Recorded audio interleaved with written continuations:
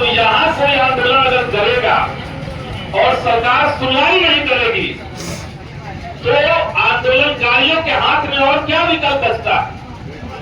सरकार में बैठे हुए लोगों के खिलाफ आंदोलन करेंगे तो उनके सामने जाके करेंगे।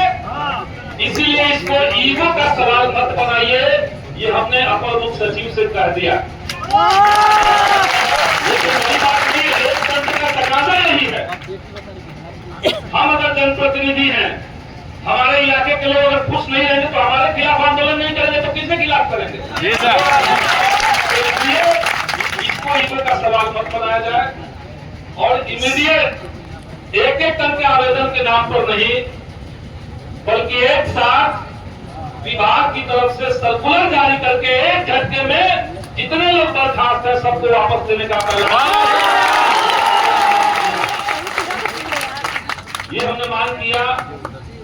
लेकिन उनकी तरफ से जो जवाब आया है वो हम आपको कह देना चाहते हैं। उन्होंने कहा कि अब हमारे बस का बात नहीं रहा। अपर मुख्य सचिव ये कह रहे हैं जो खुद सरकार के अंदर बैठे हुए हैं। उन्होंने कहा कि अब इसको मंत्री जी देख रहे हैं। उनका आरोप है कि कुछ लोगों ने गालियां दे दी है। तो जिंदाबाद करना मुर्दाबाद करना कोई गाली है? आंदोलन में सरकार को मुर्दाबाद नहीं करेंगे तो और क्या करेंगे? और हमारे मुर्दाबाद करने से आप मुर्दा तो नहीं होंगे। तो इसलिए जो गालियों का बहाना बनाया जा रहा है, विभाग में कहा गया कि मंत्री जी के पास लिस्ट बना हुआ है कि कितने लोगों ने कौन कौन लोगों ने गालियां दी है। तो हमने कहा कि देखिए पढ़े लिखे लोग हैं, ये लोग गाली गलौज नहीं किए हैं। कोई बाहर का आदमी अगर आपको गाली दे दे तो उसकी जिम्मेदारी तो किसी की नहीं है। तो ये गाली की जो राजनीति बिहार के अंदर शुरू हो गई है।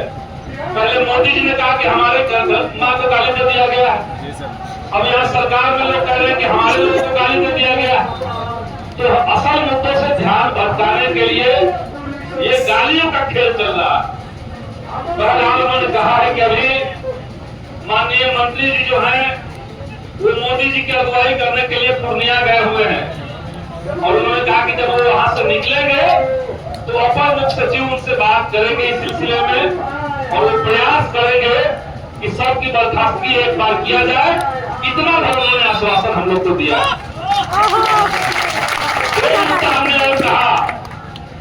हमने कहा कि कुछ चीजें ऐसी थी जिसको ये सरकार चाहती तो इमीडिएट उसका समाधान हो जाता।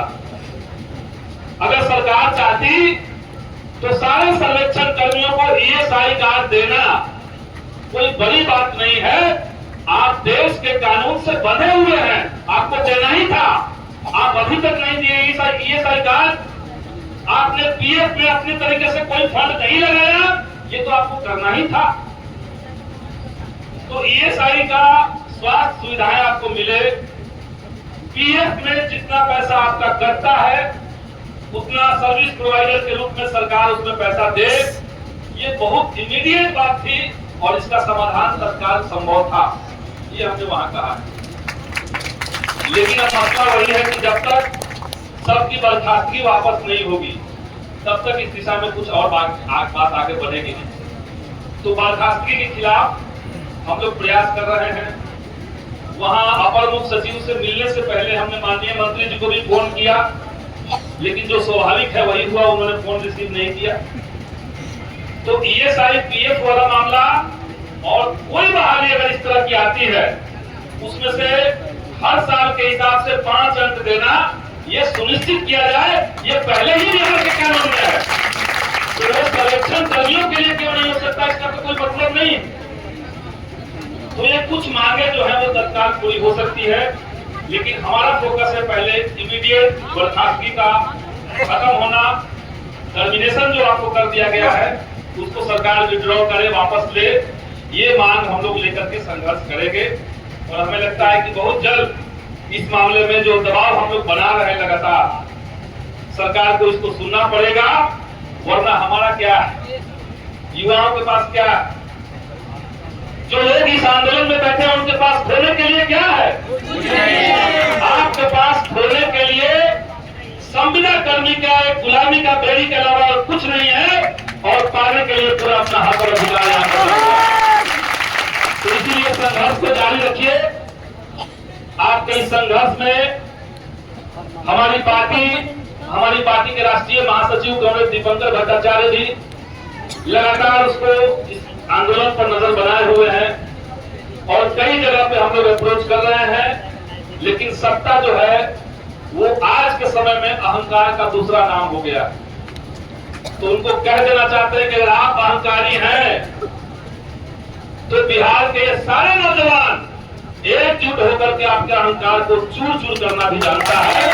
समय नजदीक है, हिसाब हम लोग करने लग जाएंगे तो सरकार को महंगा पड़ जाएगा।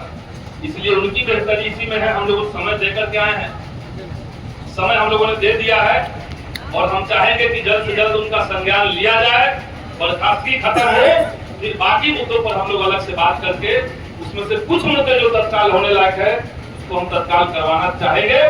तो इतना ही रिपोर्टिंग हमारी तरफ से फिलहाल है, इतना ही बात कर करके अपनी बात को खत्म करते हैं।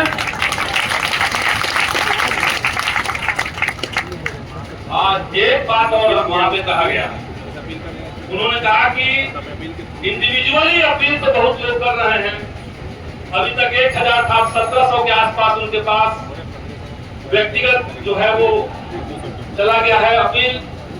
तो आप सभी साथियों को हम ये कहना चाहेंगे कि आप सही कदम पर थे, आपकी मांग जायज थी, कोई नाजायज मांग आपकी नहीं थी। तो आप लड़ रहे थे, सही मांग के लिए लड़ रहे थे, इसलिए आपकी एकजुटता और तीसरा कदम है। सही मांग और एकजुटता के साथ साथ आगे बढ़िएगा तो आप तब लड़ाई जीत पाएंगे। तो इसलिए इंडिविजुअली जो लोग अप्लाई कर रहे हैं, ये कहीं नहीं सरकार में बैठे हुए लोग इसको आपकी कमजोरी समझ रहे हैं। ये हमारा सुझाव है कि संघर्ष को बनाए रखिए। आज जब सरकार कह रही है कि हम 1 करोड़ लोगों को नौकरी देंगे, झूठा ही सही, लेकिन अगर उनको कहना पड़ रहा है तो आप जैसे नौजवानों का दबाव उनके ऊपर काम कर रहा है। तो जब घोषणा कर रहे हैं कि हम नौकरी देंगे, वैसे समय में 8000 लोगों का नौकरी खा जाना ये आसान चीज नहीं है, वो बचेगा नहीं, इनको तबीयत खराब हो जाएगी इनकी। इसीलिए आप लोग एकजुट रहिए। ये हमने सुना उनके माध्यम से कि वो कह रहे हैं कि इनके भीतर में एकजुटता नहीं, लेकिन हम जब भी यहाँ पर आए हैं तो हमने देखा कि एकजुटता आप लोगों में मजबूत है। तो इस एकजुटता को, अपने संघर्ष को, संयम को, सबको बरकरार रखिए और निश्चित तौर से संघर्ष की जीत होगी, संघर्ष आगे बढ़ेगा। बहुत बहुत धन्यवाद।